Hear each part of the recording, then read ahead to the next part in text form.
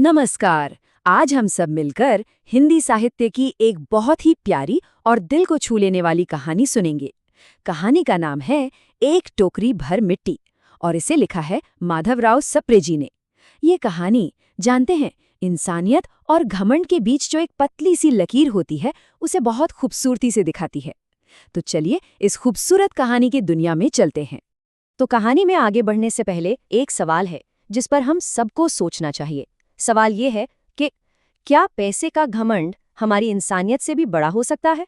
पूरी कहानी आप देखेंगे इसी एक सवाल के आसपास घूमती है। तो इस कहानी में ना दो बिल्कुल अलग तरह के लोग हैं। एक तरफ तो है एक बहुत अमीर, बहुत ताकतवर जमींदार, और दूसरी तरफ एक बिल्कुल गरीब, बेसहारा सी बूढ़ी औरत है जो अपनी छोटी सी पोती के साथ रहती है।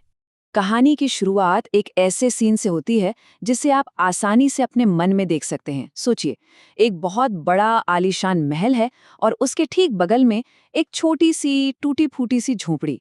मतलब ये तस्वीर ही अपने आप में सब कुछ कह देती है। अमीरी और गरीबी के बीच का वो फर्क, वो गहरी खाई साफ नजर आती है। वो जो झोपड़ी थी ना, वो उस बूढ़ी औरत के लिए सिर्फ मिट्टी गारे का घर नहीं थी, वो उनकी पूरी दुनिया थी। उसी घर में उनके पति गुजरे, उनका इकलौता बेटा भी वहीं चल बसा, और तो और उनकी बहू भी अपनी 5 साल की बच्ची को छोड़कर दुनिया से चली गई। अब सोचिए, उस बूढ़ी अम्मा के लिए वो छोटी सी पोती ही तो जीने का एकमात्र सहारा बची थी। और यहीं से कहानी में असली मोड़ आता है। हुआ ये कि उस जमींदार की नज़र उस छोटी सी झोपड़ी पर पड़ गई। उसने मन में ठान लिया कि उसे तो अपनी जमीन बढ़ानी है, महल का हिस्सा बनाना है, और इसके लिए उसे वो झोपड़ी हर हाल में चाहिए थी, अब चाहे कुछ भी हो जाए। तो जमींदार ने अपनी दौलत और ताकत के घमंड में उस बूढ़ी अम्मा को हुक्म दिया कि अपनी झोपड़ी हटा लो। यहाँ आप देखिए कितना बड़ा अंतर है। एक तरफ अहंकार से भरा जमींदार और दूसरी तरफ एक बेबस, लाचार बूढ़ी औरत। तो हम कह सकते हैं कि ये दो बिल्कुल अलग दुनियाओं की कहानी है। एक तरफ वो दादी हैं, गरीब, अकेली और बहुत विनम्र, और दूसरी तरफ जमींदार, अमीर, ताकतवर और घमंड से भरा हुआ। कितना बड़ा फर्क है दोनों में, है ना? अब वो बूढ़ी अम्मा अपनी यादों का घर कैसे छोड़ देती? उन्होंने साफ मना कर दिया।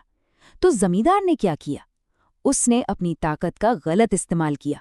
वकीलों की जेबें गरम की, मतलब रिश्वत दी, और अदालत से कागज बनवाकर जबरदस्ती उस झोपड़ी पर अपना कब्जा जमा लिया और उस बेचारी बूढ़ी औरत को घर से बाहर निकाल दिया।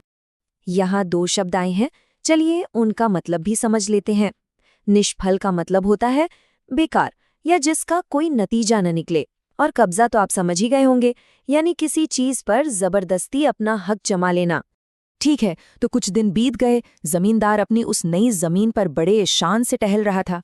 तभी उसने देखा वही बूढ़ी औरत हाथ में एक खाली टोकरी लिए उसकी तरफ आ रही है, पर वो अपनी झोपड़ी वापस मांगने नहीं आई थी। वो तो एक बहुत ही अजीब सी, एक छोटी सी गुजारिश लेकर आई थी। बूढ़ी अम्मा ने बहुत ही झुकी हुई नजरों से और बहुत विनम्रता से कहा, महाराज, अब तो ये झोपड़ी आपकी हो ही गई है, मैं उसे वापस लेने नहीं आई हूँ। महाराज, अगर आप बुरा ना माने तो एक छोटी सी विनती है। उनकी आवाज में जरा भी गुस्सा नहीं था, बल्कि एक गहरा दर्द था, एक पीड़ा थी। फिर उन्होंने अपनी मुश्किल बताई। उन्होंने कहा कि जब से ये झोपड़ी छूटी है, उनकी पोती ने खाना पीना ही छोड़ दिया है। वो बच्ची बस एक ही रट लगाए हुए है, अपने घर चलो, मैं तो वहीं रोटी खाऊंगी। तो बेचारी दादी ने सोचा कि चलो झोपड़ी से एक टोकरी मिट्टी ही ले जाती हूँ, उसी मिट्टी का चूल्हा बनाकर रोटी पका दूंगी, क्या पता बच्ची उस चूल्हे की रोटी खा ले। आप जरा सोच कर देखिए उस दादी के दिल पर क्या बीत रही होगी। उनकी नन्ही सी पोती अपने घर की याद में खाना तक नहीं खा रही। ये जो छोटी सी मांग थी ना, एक टोकरी मिट्टी की, ये उस दादी के प्यार और उनकी मजबूरी दोनों को दिखाती है। जमींदार को दया आ गई। उसने कहा, ठीक है, ले जाओ मिट्टी। लेकिन यहीं से कहानी का सबसे जरूरी हिस्सा शुरू होता है। अब जमींदार के घमंड का सामना एक ऐसे बोझ से होने वाला था जिसे उठा पाना उसके बस में नहीं था। तो उस बूढ़ी अम्मा ने अपनी टोकरी में मिट्टी भरी, पर टोकरी भारी हो गई, उनसे उठ नहीं रही थी। तो उन्होंने जमींदार से कहा कि जरा हाथ लगवा दें। जमींदार को पहले तो बड़ा गुस्सा आया कि ये मुझसे मजदूरी कराएगी, पर फिर उसे तरस आ गया। वो खुद आगे बढ़ा टोकरी उठाने के लिए। उसने अपनी पूरी ताकत लगा दी, लेकिन वो टोकरी 1 इंच भी अपनी जगह से नहीं हिली।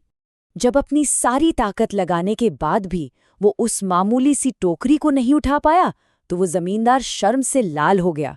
उसने हार मान ली और बोला, नहीं, ये टोकरी हमसे नहीं उठेगी। ये सुनते ही उस बूढ़ी औरत ने जो कहा वही इस कहानी की आत्मा है। उन्होंने बड़ी शांति से कहा, महाराज, गुस्सा मत होइए, आपसे तो बस एक टोकरी भर मिट्टी नहीं उठाई जा रही, और इस झोपड़ी में तो हजारों टोकरियां मिट्टी हैं।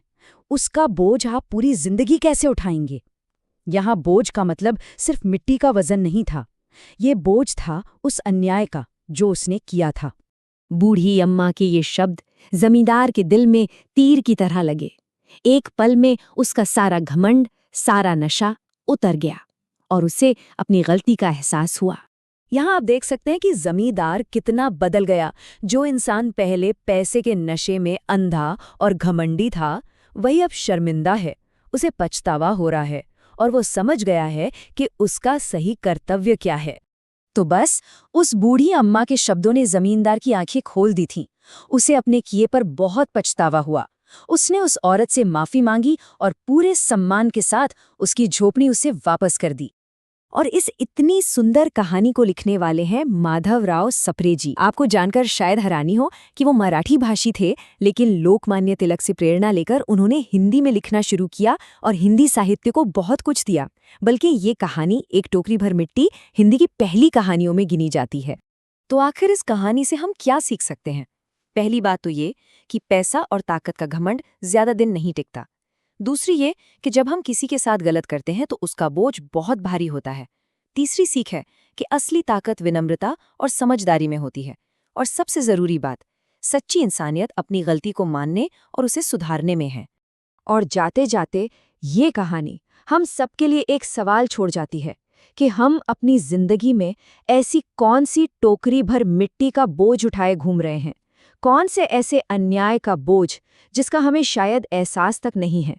इस पर जरूर सोचिएगा। धन्यवाद।